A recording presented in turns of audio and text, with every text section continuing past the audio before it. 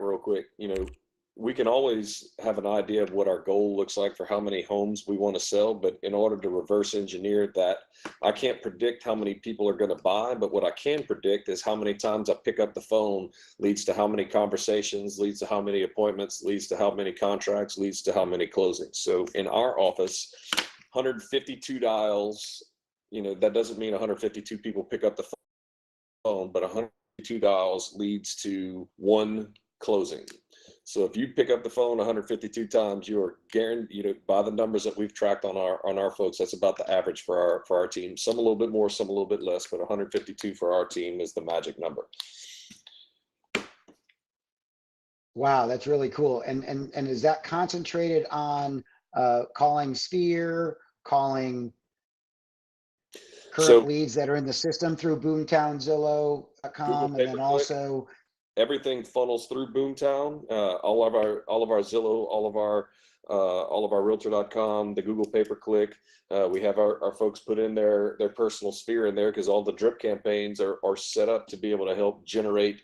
You can't talk to thousands of people at one time, so you plug them into the system and run the drip campaigns to be able to touch folks that you're not physically able to do from a manual presence. Now your conversion rate should be a lot, the number of dials should be a lot shorter if it's a Sphere deal, because these people know you, like you, trust you, or have already have either been referred to you by somebody that knows, likes, and trusts you, or has worked with you in the past. So the walls are a little bit, or the walls are down, and the conversion rate should be faster. So that number should be half to even 30%, possibly even 20% less dials. At the end of the day, I tell my team all the time, I don't care how many, I care about the contracts, but we care about the contracts, but you need to be able to get in front of the people in order to make that happen. And the way to do that, is to pick up the phone and dial. So we have a spreadsheet that keeps track of all of that for our team, and we go over that weekly with each team member. Excellent. And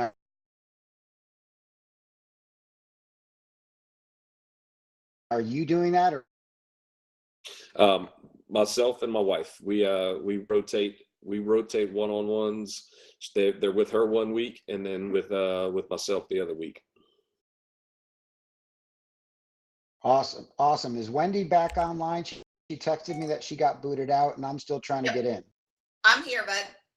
Awesome. I was feeling like I was taking over your spotlight here. No. So Keith, what was your question specifically? Because I missed the whole beginning of that. The question is, what's your biggest challenge going into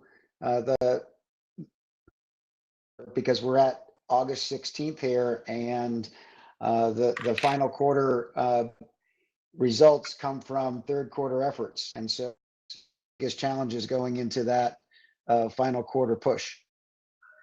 So my biggest challenge right now is that we are going from a team of 3 down to a team of 2, and I have no admin. So you and I have talked about that pretty extensively in the last couple of weeks since that change was made. My admin that had been with me for 6.5 years has gone on to be a full-time agent herself in our rev group. So we are juggling that whole thing right now because obviously our leads are real high at this point.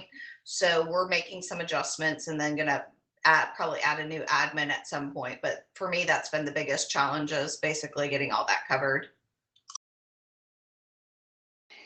Have either of you thought or worked with any type of virtual admin at this point, or is it still people right within your market, actual people that are hired to be in the position as an admin on your team?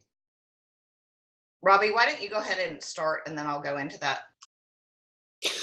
So I actually had, I've got one full-time admin. I've had her for almost 7 years, like my work wife. I got a wife and a work wife. Amber is, she's like my right arm. She reads my brain and my mind whenever, when other folks can't. So that's pretty cool to be able to have that. But that's one of the questions that I get all the time is how do you get an assistant, and what do you do?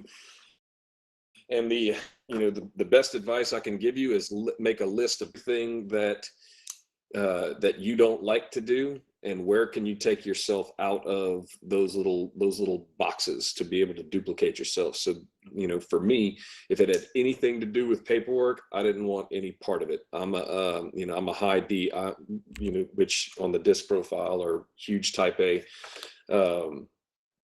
The doing paperwork is, I'd rather shove a fork in my ears sideways than to go and fill all that stuff out. So to that, that was one of the first things that got offloaded, along with a lot of the creative stuff with social media and marketing and flyers and all those things that are important, but they're not dollar productive. I'm the most valuable when I'm face to face with a seller, because that's the most profitable hour that I can possibly be, is face to face with a seller, get all that stuff lined up, and then pass it off to be able to get the rest of the system in place with pictures and tours and drones and all that other stuff, and let all the other agents do the work to be able to go ahead and sell it. So as far as doing virtual, from time to time, we will hire out to do small tasks, whether it's filling out massive spreadsheets. We've gone on. I'm drawing a blank on the name of the site that we've used, but it's mostly for small projects at a time. Sometimes we go on Fiverr to do a handful of things. If we're in a pinch and we need extra help on admin stuff, there's another company that does admin work off to the side that we do on a per hour contract basis, so to be able to fill in the cracks if Amber's out of town or whatever that happens to look like. So. And so for me, Keith, over the last 10 years, I've had 2 admins. And they're both licensed, and one's gone on to be a realtor and one's gone on to be a broker. So, I mean, I've never done the virtual thing. I've heard kind of mixed reviews on that stuff. So I've always chosen to do somebody live with me in my local market. Yeah, I mean, as a company, and of course, as a design, as a virtual brokerage, it's always a good time to think about ways to become a little bit more agile when it comes to our teams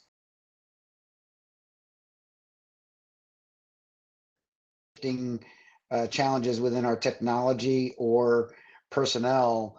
When you have someone automated that's not necessarily going to move on or change direction, either hiring out through a virtual company. I've heard a lot of great success once you get over that hump or the pain of getting it put in place.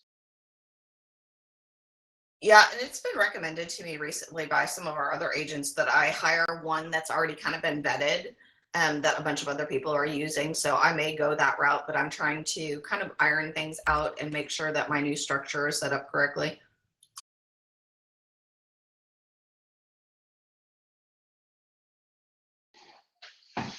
So for me, I guess one of my questions, we're just sitting in a round table as ICON agents. It's so important to me that we get the word out that we are ICON agents and what that means to other agents.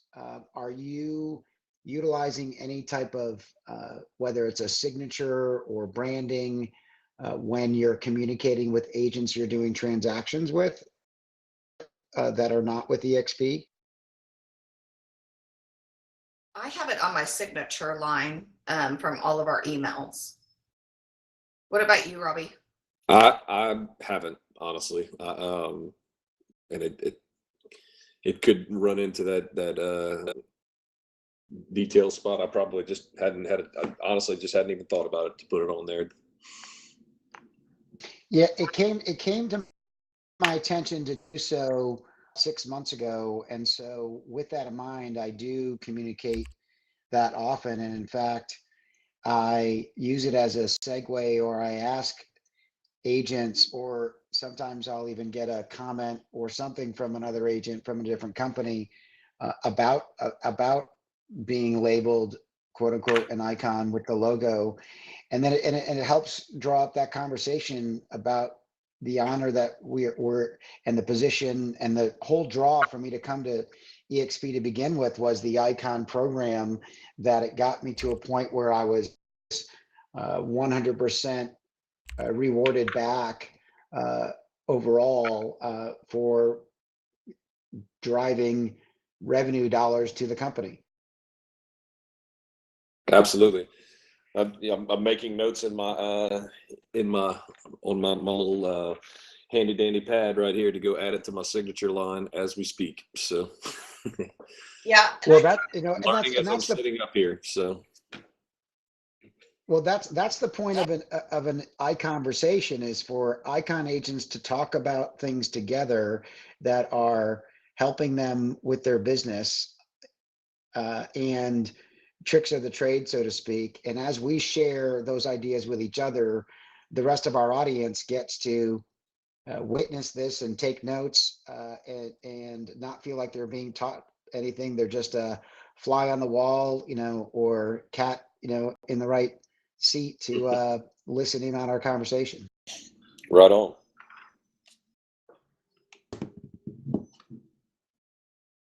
I swear I'm going to be done patching in a minute here, and I'll be able to get back online.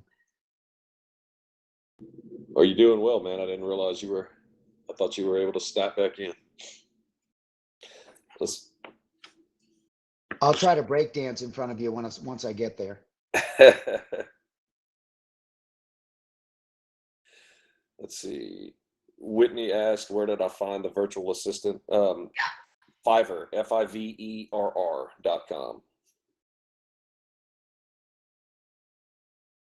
Yeah, Robbie, and I've used Fiverr too. Do you use it just for specific tasks? It's, you know, obviously pretty cheap. It's mostly for specific tasks. It's nothing transaction related. I like to keep that as much in-house as possible. You know, because I want people inside that know how I've got a specific way that I want things to go. And if I were to pass that off for a virtual, it's a little bit more training for me to be able to jump into, which, you know, part laziness and part that I don't have time to be able to do it. So we get one person that gets that done, and then place them inside of our system for both contracts as well as listings and post close. So Whitney's asking one other thing. Are you currently using them for any other virtual help leverage? not at the moment. Any other you know, I want to say we did like we used Fiverr for, and this is probably more an Amber question than it is for me, because she does all the marketing stuff. We did on social media, on Instagram, we did our own little GIFs for sold signs and all that stuff. I think we used Fiverr for that. That was actually the last time we've done that. Yeah, I've used them a bunch for logos and stuff. They're pretty good on like all that stuff. If you're wanting to update logos or change logos or get stuff, what's that format that you have to get stuff, the real high quality format, so you can overlay stuff? And actually, if anybody is looking to use do logos, 99 Designs does a fantastic job. They do contests where you kind of give them an idea of what this is actually where my personal team logo came from. We did a contest. There's 3 tiers. You have a silver, gold, or bronze, silver, gold, or gold, silver, silver, gold, platinum, whatever. You can go with the silver deal. I think it's like $300, and you have all these designers that go and compete for the business. You kind of give them an idea of the direction that you want. You get 30 to 50 different ideas. You pick your top 4 or 5, and one thing to kind of generate a little buzz that's attached to it. Do a little contest or a poll on social media, or Facebook or Instagram or whatever that happens to look like, and get people to vote. You would be amazed how many people love jumping in on their opinion for stuff like that. I think we had like 700 comments on it whenever we did ours a few years ago. It was crazy. And then obviously you just pick the one that you want. It's a great idea on the contest thing. Lisa was saying that she used Fiverr for video editing too, and photography. Very cool. We could use that too. Every now and then, that's one of the things that Amber is really struggling with, to be able to keep up, because we do a lot of video, having them I'm not sure what that turn time is, but at least I'm interested to find out how long that takes to turn time for, like, walkthrough videos, drone videos, voiceovers, all that fun stuff, editing that way. Yeah, they're actually pretty quick. I just had one done about 2 days ago, and it was about, I mean, I just got it back, so I guess it's about a 2 day turnaround, and you can edit it. I was using actually my videographer to do all that. So now it's cheaper for me just to have them shoot the video and then have them edit. And then I also do twilight photography on some of the luxury listings. My photographer, which is a big photographer here in San Antonio, was charging me 25 per photo. Actually, no, it was about $30 per photo. And I found somebody on Fiverr to do it for $7. So, so I was just assuming that I was like, okay, maybe he's hiring out Fiverr and just upcharging me for just sourcing it out. So just different ways of saving money I found, but there's a lot of amazing people, at Fiverr that can help for a bunch of stuff. I even had one write a bio for me. I just didn't want to, sit down and write my own bio. So Another good spot you just mentioned, you made me think about this, and thank you for that. That's great feedback. Box Brownie is a great company for twilight shots. You could take a regular shot and they'll make it twilight. Or if you got new construction and they haven't graded the yard, they can add grass. That was something that was in there too. They do some virtual staging as well. So that's pretty cool. I like them. I use them a lot. Yeah, they are Really cool. and very talented. Very, very, absolutely. It's cheap too. Much As cheaper we than move $25 forward, a shot. one of the things that we're looking into as we move forward and bring a new admin onto our team is to offer contract to close services for other EXP agents that in our local market. Within the state of North Carolina, a couple of different things have to happen in order for an assistant to negotiate repairs to close. Not only do they have to be licensed, they also have to be licensed with your firm. So that is new ad we're looking to do in the future is a business within the business versus just have them handling our closings. And then also we're looking at, the key element from a hiring perspective to take away a lot of tasks is to eliminate all the time on SkySlope. Right. That was a big time drain on my agents for them jumping into EXP, being able to figure out what to do with SkySlope.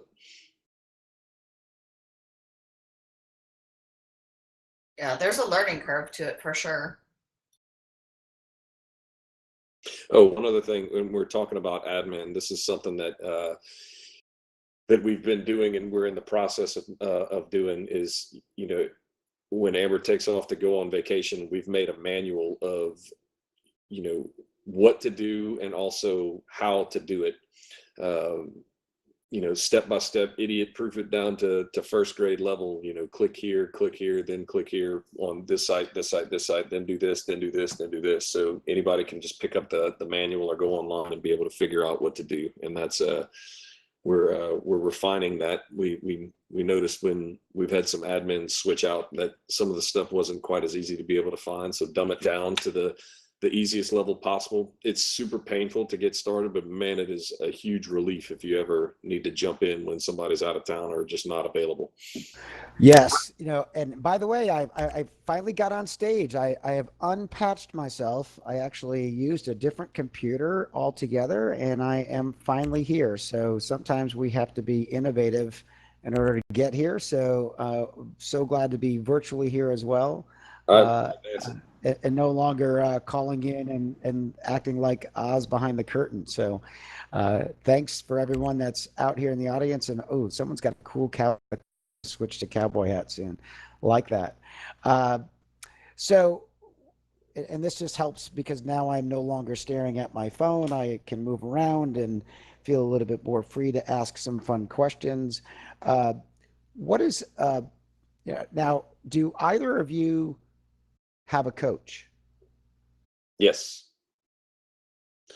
I do. Nope, Got a couple. I don't. Okay. And do you have a coach based on, do you have a coach based on leadership coaching for your team? Do you have a coach based on skill set versus mindset? Where do you find your most reward right now, Robbie, in running a team of 10 agents? I would tell you, most of it's on the leadership side because I'm working with a coach that's got a team of 50, so he's experienced a lot of the same problems that I have and already gone through it. So, I'd like to try to cut that learning curve. There's, just like real estate, and you guys that are sitting in this room, get a shortcut to be able to get to where you want to go versus trying to figure out how to create the wheel all on your own. It's nice to have a hand to be able to guide you along the way to be able to get through some of these challenges versus trying to figure it out trial and error over and over and over again. So Got it. So this coach is also an agent, not just a coach. correct. Got it. Because some coaches have a team, but they have a team of coaches, right? And Mm. that's a different type of. In our world, to a lot of coaches, it doesn't matter whether they're coaching other coaches or coaching real estate agents. They're still in leadership, and I get that.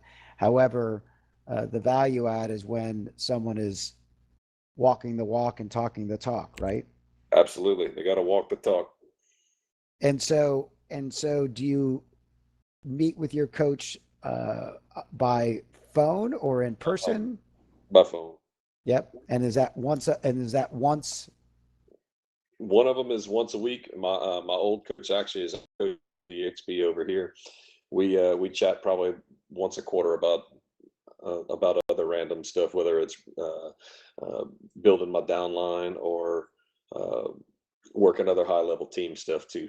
So, but my main coach is once a week. Awesome. Awesome. And are there times where you dread getting on that call? Are there Sometimes. are there times where you're conflicted with other things you have going on? You forget you have your coach? No, there is no. I do get conflicted with time, but I am a slave to my own calendar. So whenever I wake up in the morning, I don't know if any of you guys do this, but this is something that I preach to my team all the time. You either are going to be a slave to your calendar or someone else's. So when I wake up in the morning, my wife and I, we share a color coded calendar. Mine's green, hers is orange. So I know she knows where I'm at. I know where she's at, and it's not necessarily but if she's calling me and I'm not answering, she knows where I'm at, whether it's a listing appointment or showing or inspection or whatever that happens to be. But that coaching call is set on there for every Thursday at 1:15. And, I've got the notifications in there. I've got the iPhone reminders that are attached to it just in case I'm in the middle of something that's running a bit over, but I'm on it on the dot every time. So That's awesome, Robbie. I wonder how you went about finding your coach, because I think for anybody that's considering that, being really specific about who you're going to pick would be a big part of that. I've done several different ones. I did a little bit of Buffini. I did a little NAEA when they were around. They're actually doing a lot of that stuff still.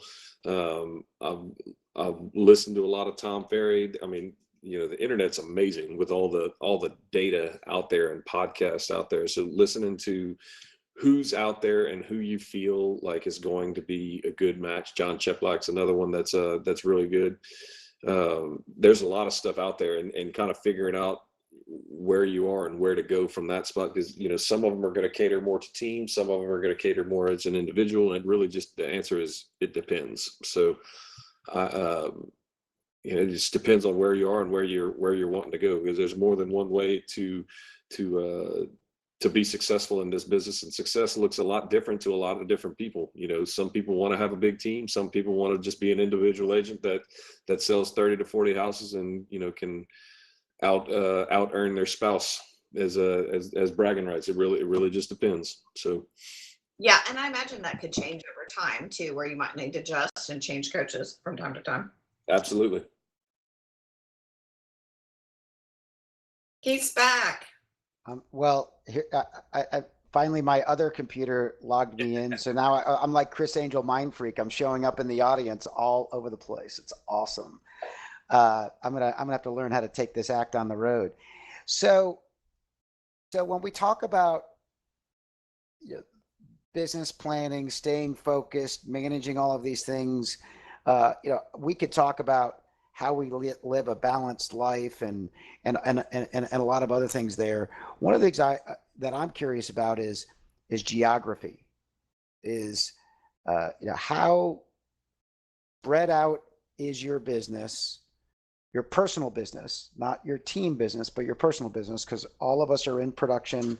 I already, you know, and so to me, my question, I guess, what's important to me is to learn, you know, where is your market? Where's your sweet spot that you are concentrating on, you know, making an effort to, whether it's use the word dominate or have a major presence in. What are you doing? You know, where is that market? Wendy, go ahead. I'll let you jump on first. Well, and I think that Keith has a really interesting take on this, so we'll get to that in a second. But I'm generally working within 45 minutes of where I live in any one direction. So to me, is working our entire metroplex obviously is not the same as Keith working a 2-mile radius around his office. So that has been an eye opener to me, the way that functions. Well. We won't cheat and go into my subject. I want to learn about you. 40. So Wendy, you're based geographically. You're based east, west, north, or south of downtown Oklahoma City. 15 miles south. Okay, and then you'll generally go 30 minutes north of downtown. Correct. And you'll go as far as 45 minutes south of your location. Yes. Okay, got and there might be one or two that slip outside that, but I'm generally taking care of either past client or friends children, stuff like that. Right. And then as I understand Robbie's geography, 45 minutes south of him, you're in the ocean. Yeah, that's correct. You're fishing. So you're landlocked, river locked, bayou locked. So for you know, Lafayette, the city, I can get pretty much to the Lafayette parish, anywhere in the parish within 20 to 30 minutes tops. And most of my business will stay over there, you know, inside Lafayette parish. Mm-hmm. You know, and it's just kind of like when we talk about planning out your day. If I've got something on the north end of town, everything that has anything to do with the north end of town will be done at, you know, in the same time block. And whenever you move on to the middle of town or south of town or east or west of town, you plan that accordingly in the most efficient manner possible. So, you know, I'll try to stack all my appointments at the same time. That way I can go and be efficient, because everybody's got the same 24 hours in a day. And, you know, like I said, you got to be a slave to that calendar. If I'm spending an hour driving from one side of town to the other and going right back, I'm being extremely inefficient, and I'm not be able to be in front of as many eyeballs as I possibly can. So, you know, you just efficient with your time blocking, and the scheduling is super key. All right. So you said a phrase there, a slave to your calendar, right? So in other words, we're looking to avoid being a slave to our calendar and controlling our calendar, right? Instead of react, I'm very proactive about how I handle my day. I look at when I wake up in the morning, I know exactly where I'm going to go, and I do that by, and I probably should have prefaced that with, you know, 5:30, 6 o'clock every day. You know, if I don't have anything already pre-planned, I'm setting those the fillers that are in there accordingly. So that way, when I wake up in the morning after I go work out at 5 a.m., I know exactly where I'm going, who I'm calling, and what I'm up to every single day, instead of reacting to the problems. So real estate, So what you just said was that you're 5:30 to 6 o'clock p.m. the night before you're planning your next day, or 5:30 to 6 o'clock a.m. you're planning that day? PM. Got it. So I think that part was missed. I knew what you were saying, but I just want to make sure the audience knew. What you're saying is every day at the end of the day, the theoretically end of the business day, even though plenty of our real estate drips over, your goal is to sit down and have a reset for the next day to make sure you're lined up so that you're not playing catch up the next morning, right? Absolutely. So, and one way to do this, a little cheat sheet, pen and paper works great. What are the top 3 things that have to happen today or the following day? If things that got slid over, whether it's a contract or a negotiation or a counter or a listing, whatever needs to get filled over, those are the top 3 things that need to get done. And where does that fit in the following day that weren't already taken over by appointments? I think the thing that most agents really get screwed over with in their brains is they receive a phone call and they react to a problem. Well, most of the time those problems don't need to be handled that very minute. It can be handled later on in the day or the following day or the 2 or 3 days from now. Just because another person, client, seller, vendor, agent needs something, wants an answer, that doesn't necessarily mean that it needs to be there, because it needs to be handled immediately. There's a reason we've got timelines and deadlines that are attached to that, and you got to be smart with your time, and schedule a time to handle crappy situations, whether it's 2 o'clock to 3 o'clock during to be able to handle emails or phone calls or calling people back. Be intentional about doing that to where you can plan accordingly and use the time that you have available. And I even, when it comes to the calendar, I even schedule kids games or picking up my son from school or whatever that happens to be. That's all important stuff to me, and I've got to be able to fit that in that time, because it's important. They're all appointments, so put it in the calendar. Yep. And I do a lot of scheduling on Sunday afternoon, evening for mine. But obviously, I think, like Robbie's saying, you have to roll some stuff over. But I'm big on the to-do list too. And I think I love the idea of the prioritizing 1, 2, 3. I usually just set it as an appointment on the calendar so it gets done.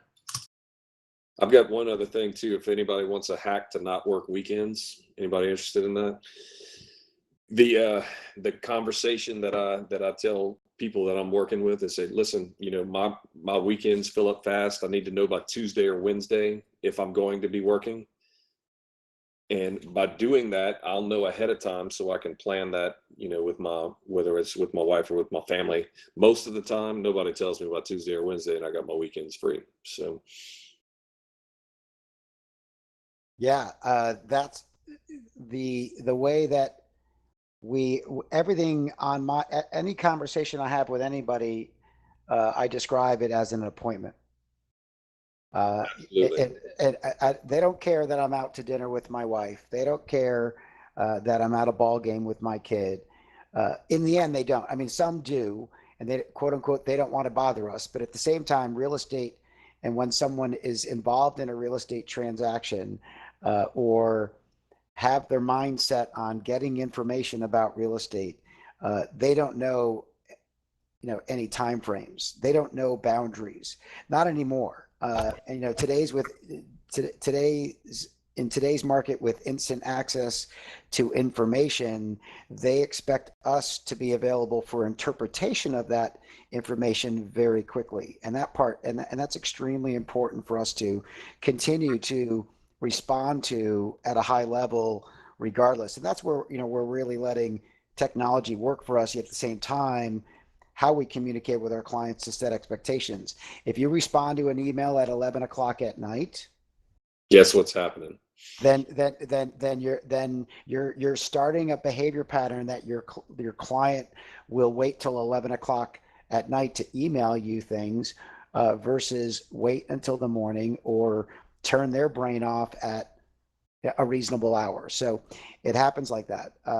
And there's a lot of times where we as a team, we make sure that we reset the clock with our clients as far as an expectation of when they're going to hear from us, unless there's, of course, some sort of sense of urgency or due date for something. I get it. So yeah, let me touch base for one quick second on the concept of geography. We have over the last 3 years hunkered down to a 1 mile radius of concentration to our office location. And it's not an extremely populated area. It's not super dense like a major city. And it's not the most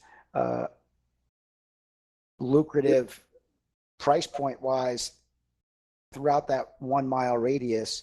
Yet we have found that by concentrating on an area that's extremely manageable geography wise, we have over the last 3 years begun to dominate and have a known presence within that area, such that we put up sold signs, not just for sale signs, and we have longevity within our marketplace because of that concentration. And it was a struggle to finally make that commitment. And I had several coaches urging me to do it over a long period of time. And then I finally gave in and said, okay, let's do this. And it's been, the most frightening and most rewarding thing that I've done at the same time. It's amazing how much more we can get out of a smaller market. There's people that I know that dominate small markets across the country, and meaning they're really, really a big team in a very small town, and they're doing 15, 20, 30% of the transaction side. It's amazing what happens to your life when you can manage it within a geographical area. That's awesome. So when I look, when I look at, and I'm sorry that we don't have Daniel here. He must have dropped off the planet. Daniel's in a really cool coastal town in Rhode Island, right on the border of Connecticut. And there's just basically a river between his downtown and the state of Connecticut. And literally walking distance from his location, a lot of famous people have vacation homes, including this pop country star named Taylor Swift. She happens to have a house there. And so I would have loved to talk to Daniel about his local presence, because I Googled his address and looked up where he's located, and looked up yours, of course, Robbie, before I even got on the phone with you to look up Flag Street or something like that.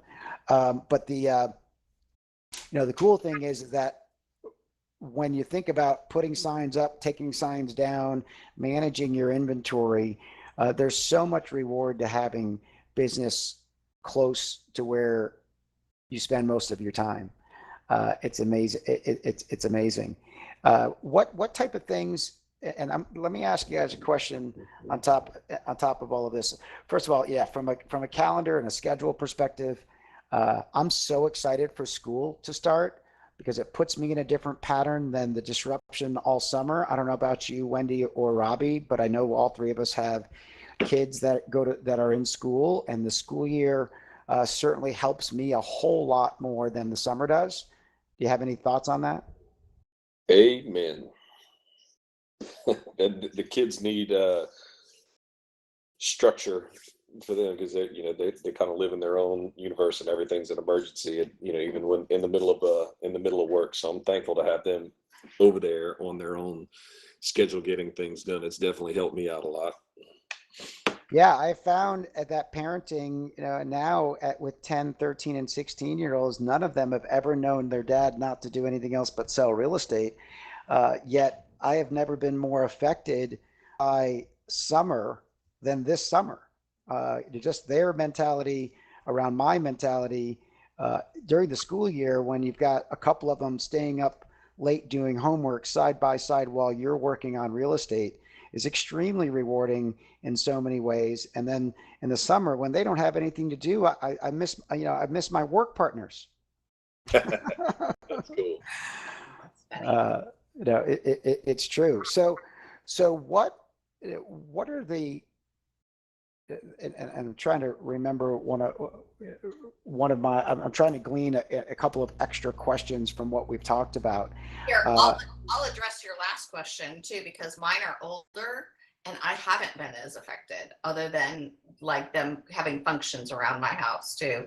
But I agree with you on them being close by and working together in the evenings. It's going to be funny this year because my son's moved out to one of our campus houses to go to college. So I'm not going to have that as much. Right. So you're going to have it. So there's no longer the same. So you're shipping one off versus him going into the school year having a routine right in front of you. So that's going to be a lot different, right? It's a Different from. totally, yeah, it's a totally different vibe. So one of the things that comes to mind, as we press on is EXP, our growth, our trajectory, we're no longer an unknown entity as much as when I joined or when Wendy joined. And Robbie, how long have you been at EXP now? January 1st of last year was my start date. Yep. So a year and a half ago, but there's a whole lot more people that know who EXP is, and we're a driving force of that as icon agents and as top producers that have produced, have capped plus done 20 more transaction sides into the system. That means that in any one of our given markets, we're doing 30 or 40 deals, which means our signs with EXP logos on them are out in the marketplace. What have you found, as a transition or change in, has it been a EXP who, or is it like me where most people didn't even know what company I was with before that?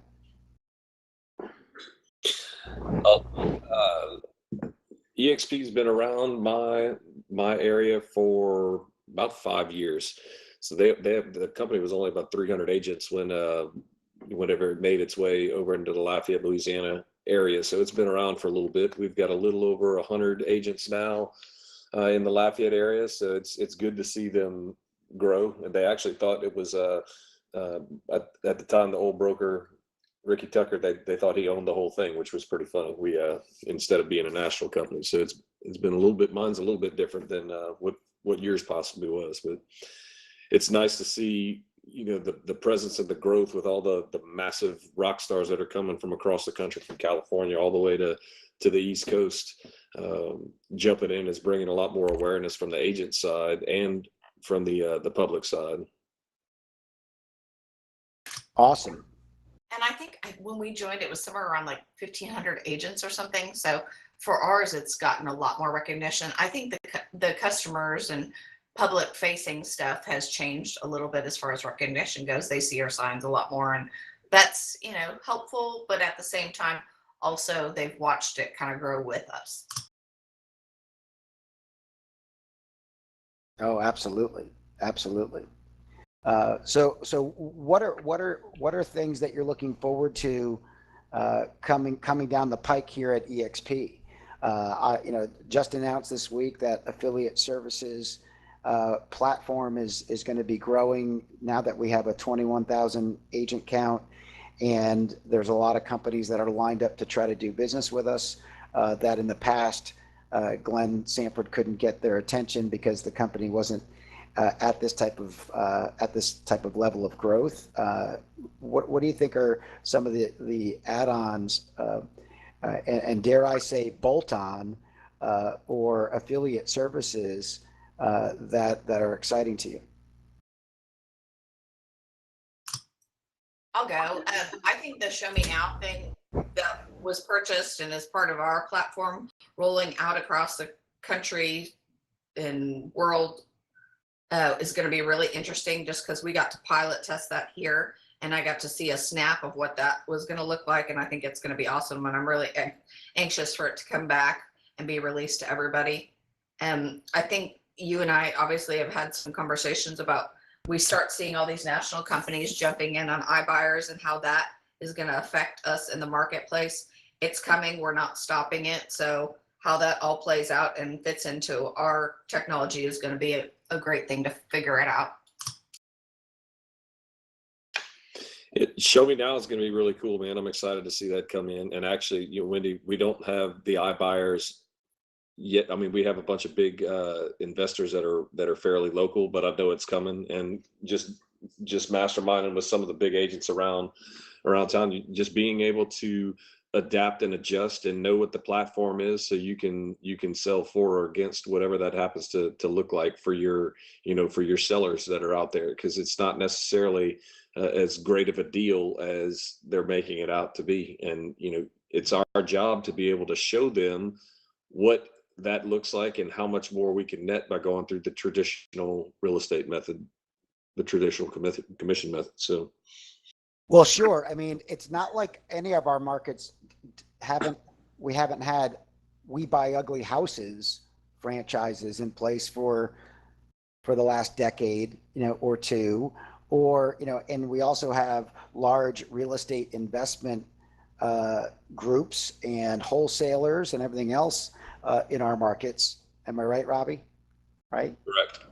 So that value proposition has been there.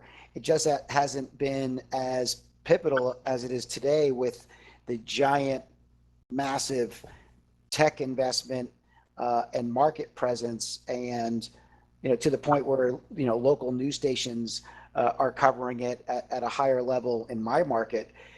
For sure, we're a top 5 market for Open Door and OfferPad and Zillow offers.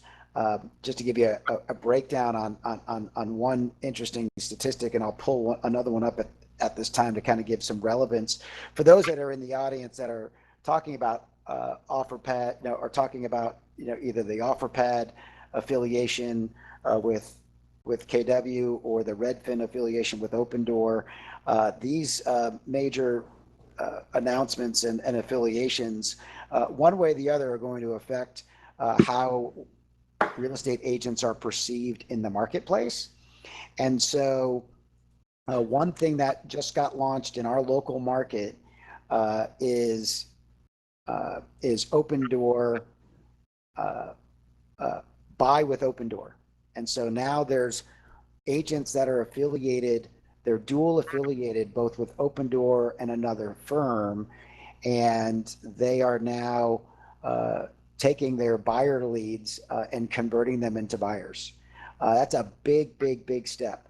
On top of that, Zillow offers launched in our market earlier this year. Right when they announced they were launching, they came into our market, and an agent, a local agent that had a team of 4, now has a team of 20 agents, and currently carries 57 active listings, has 48 pendings just on the listing side, and 120 closings year to date. And that same agent last year, as a team of 5 or 6, I think they did 80 or 90 deals total for the year. So they are ramping up in a completely different model than they were before.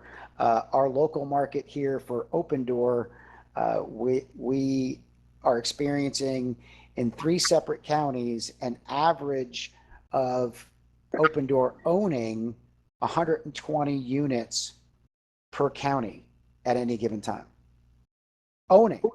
Wow. Not even transferring them back out and selling, owning them, taking ownership of them. So it's a really different world here in one of their top markets. When I look at, so I'm going to give you an idea. Open Door brokerage, the last 90 days back in our local market, they're currently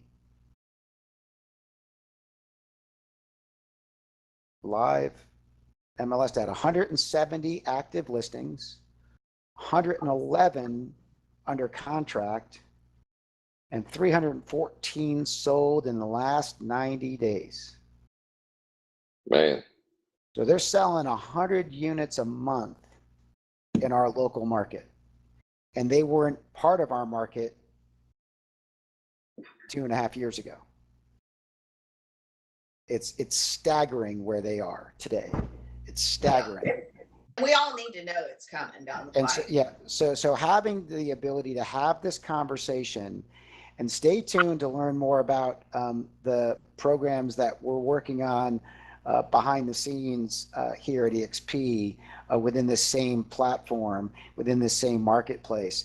But understanding that these conversations are happening, and what's happening in most markets, more like 5 times as many sellers inquire with iBuyers that even fit within their buy box. So 4 out of 5 are being rejected even for consideration of purchase. And yet on top of that, Opendoor just disclosed that they've gotten to 50,000 closings across the country. Incredible. 50,000 since starting in 2014.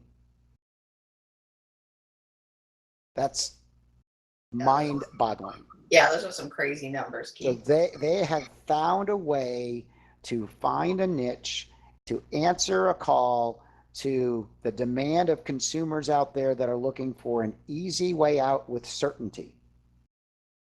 Okay, that there are plenty of sellers that are willing to forego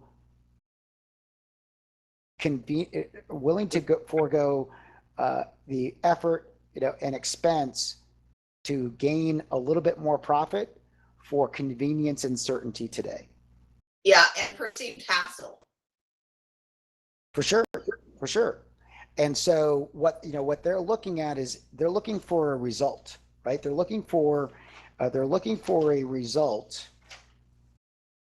Genuinely speaking, they're looking, they're looking and searching for a result. And if that result is the same by going through an iBuyer, then they're going to take the path of least resistance if it makes sense for them. So we will continue to talk about this, and it will become a verbiage within all of our markets at some point down the road. Yeah, I'm just thankful that I have people like you, Keith, that have kind of gone before me, that are watching what's going on and have seen the impact of what it did on the market, because that's helping me prepare.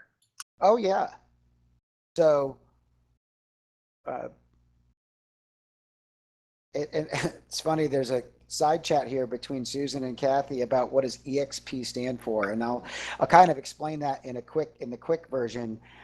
When Glenn and the original founding members were together at a think tank to decide on where to go with the naming of the company, as they wrote out all of the acronyms that described the company and described the purpose, a ton of different words had EXP starting them: exponential, experience, expansion.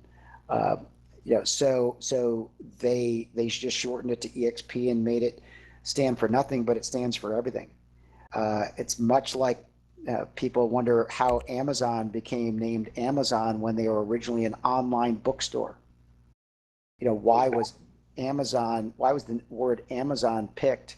And I'm sure it had to do with a think tank, a group of people, and someone said, there's so much information flowing through the internet, it's like the Amazon River. And that was it. It was just easy. So luckily we have a name of a company that sticks out, and then people ask why, and hopefully that helps some of you explain it in normal terms, because that's really the way it's been told to me, that they had a whole bunch of words on the board and a whole bunch of them had EXP in them, so they just shortened it to EXP, and that was it. Well, guys, it's 12:30 and we have wrapped up another session of ICONversations. Robbie, Wendy, I can't thank you enough for the notes I've gotten to take and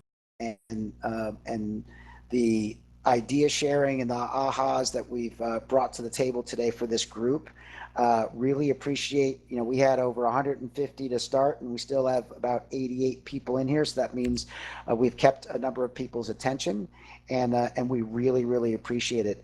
Once again, remember Robbie and Lafayette and the 9 counties within the boot of Louisiana, and remember Wendy in Oklahoma City, and remember me in the Cary, Raleigh, Durham area of North Carolina for any of your future referrals. We really appreciate it. Thank you guys. After all, we're in the business just like you. Take care, guys. Have a great afternoon. You guys too.